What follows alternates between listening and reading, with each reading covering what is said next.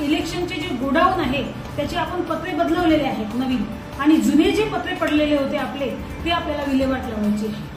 ती विल्हेवाट लावायसाठी मला PWDचं व्हॅल्युएशन घ्यावं लागतं, त्यानंतर मग ते साधारण त्याची मग लिलाव प्रक्रिया करावी लागते, तर ती माझी अजून व्हायची आहे। त्यासोबतच माझ्याकडे काही कूलर आहेत जुने, काही कपाट आहेत, काही कॉम्प्युटर प्रिंटर्स आहेत, काही लाकडी कपाट आहेत, या सर्व गोष्टी माझ्याकडे पडलेल्या आहेत। पण मी काय करते, माझ्या या आवारात आता जागा नसल्यामुळे जवळपास 10 दिवसापूर्वी एक ट्रिप मी जुन्या तहसीलमध्ये माझ्या आवारात जागा आहे, तिथे मी 8 ते 10 दिवसापूर्वी माझी एक ट्रिप पाठवली होती सामानांची आणि तिथे ते लावून दिलं। त्यानंतर मग आता इथे जे आणखी काही पत्रे पडलेले होते ते सुद्धा दुसरी ट्रिप आम्ही पाठवलेली आहे, आणखी तिसरी ट्रिप उद्या सकाळी माझी इथून जाईल।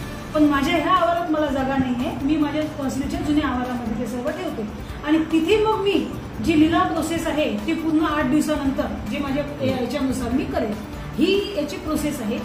आणि ज्या पद्धतीने आपण विचारलं त्या पद्धतीने माझं मटेरियल तिथं ऑलरेडी पडलेलं आहे आणि गाड्या जात आहेत, गाड्या तिथे जात आहेत आणि ही माझी कार्यालयीन प्रोसेस आहे। त्यामुळे जे कोणी तक्रारकर्ते व्यक्ती असतील त्यांनी कार्यालय प्रमुखाला विचारायला पाहिजे की हे काय सुरू आहे मॅडम, कारण कार्यालय प्रमुख उपस्थित आहेत। कार्यालय प्रमुखाला न विचारता ठीक आहे, त्यांनी जर तक्रार केलेली असेल तर तक्रारीमध्ये चौकशी होऊ द्यायला पाहिजे, बरोबर आहे। तर त्यांनी हे न करता ते इकडे सर्व पत्रकारांना फोन लावणे आणि ही बातमी लावा, अशा पद्धतीचे मला बरेच पत्रकारांचे फोन दिवसभरात आहेत आणि माननीय जिल्हाधिकारी सरांना, SDO सरांना सर्वांना फोन केले आणि त्यानंतर मग त्यांनी सांगितलं की परस्पर विल्हेवाट लावली। तेव्हा कलेक्टर साहेब त्यांना ते पण बोलले कोणाशी काही बोलताना की ते कार्यालय प्रमुख आणि तहसीलदारांना ते अधिकार आहेत, काही मर्यादा असतात, 10 लाखापर्यंतच्या मर्यादा त्यांना आहेत विल्हेवाट लावण्याच्या, तर ती प्रोसेस मी करते।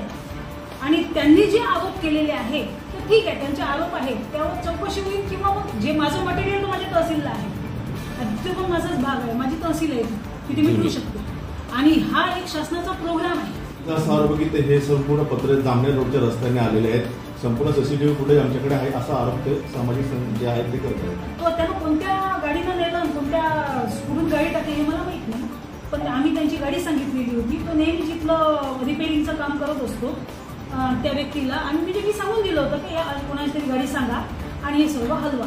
भेट म्हणजे काय असेल शरद, काय झालं माहितीये का, मला आता दुपारी जेव्हा त्या सर्व काही पत्रकारांचे मला फोन आले की मॅडम असे आरोप केले जात आहेत, तर मी त्यांना सांगितलं की ते खोटे आरोप आहेत। तो व्यक्ती जो कोणी करतो आहे तो कंप्लेनंट आहे आणि ते नेहमीच कंप्लेंट करत असतात, ते आज कंप्लेंट करत नाही।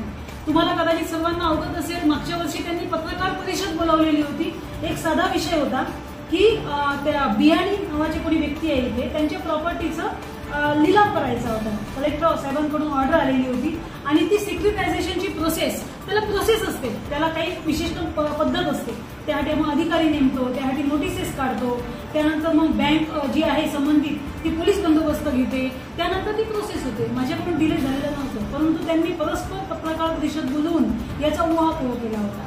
त्यानंतर त्यांनी कमिशनर साहेबांकडे त्या बियाणींच्याच मॅटरमध्ये माझी तक्रार केली की यांनी चुकीचं हे दिलेलं आहे यामध्ये, तर चुकीचा जर निर्णय दिला असेल तर माझं ज्युडिशियल आहे काम, क्वासी ज्युडिशियल काम आहे, त्यामुळे जर चुकीचा निर्णय दिला असेल तर त्यांनी अपीलमध्ये जावं, ही प्रोसेस आहे, त्यांना की कुणाकडे कंप्लेंट करावं।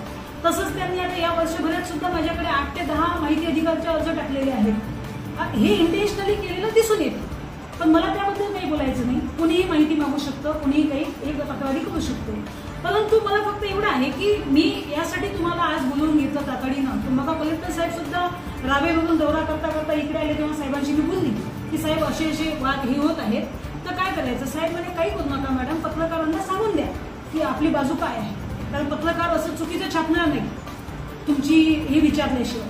त्यामुळे मग मी म्हटलं की ठीक आहे, पण मी म्हटलं उद्या सकाळी बोलवून घेईन, परंतु माझ्या कामात जेव्हा आता तिथं मटेरियल गेल्यानंतर पुन्हा शासकीय कामात अडथळा निर्माण करताय, तिथे परस्पर शूटिंग करणं सुरू झालं, परस्पर कोणाची परवानगी घेतली शूटिंग करताना, माझं कार्यालय आहे ते अजूनही माझ्या ताब्यात आहे, कार्यालय प्रमुख इथं हजर आहेत, तर परवानगी घ्यायला पाहिजे, विचारायला पाहिजे आणि न विचारता शूटिंग करणं, व्हायरल करणं हे चुकीचं आहे।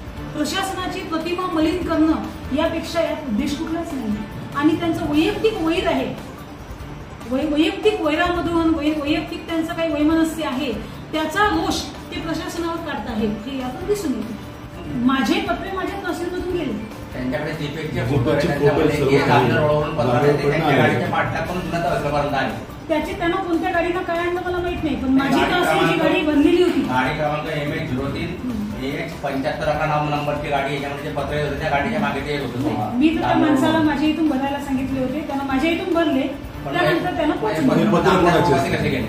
ते माझेच तहसीलचेच पत्रे असेल, कारण म्हणजे माझेच जामनेर पत्रे रोडला गाडी गेली कशी? जामनेर रोडला गाडी जामनेर रोडला गाडी गेली ते कशी? त्याला विचारलं मी. नाही, आता मॅडम तुम्ही त्याला त्याला लिहून विचारेल, घेतलं त्याला असेल. विचारेल मी, कारण कोणत्या रोडनं गाडी टाकली आणि काय टाकली हा विषय नाहीये. हा. माझे पत्रे या तहसीलमधून आम्ही उचलले आणि त्याला त्या तहसीलमध्ये बाबा पोहोचून देशील म्हणून सांगितलं. त्यांनी त्या पद्धतीनं काम केलं. हा आरोप त्यांचा आहे, आमचा नाही. त्यांचा आरोप आहे. हा, त्यांचा हा आरोप ठीक आहे. त्यांचा आहे.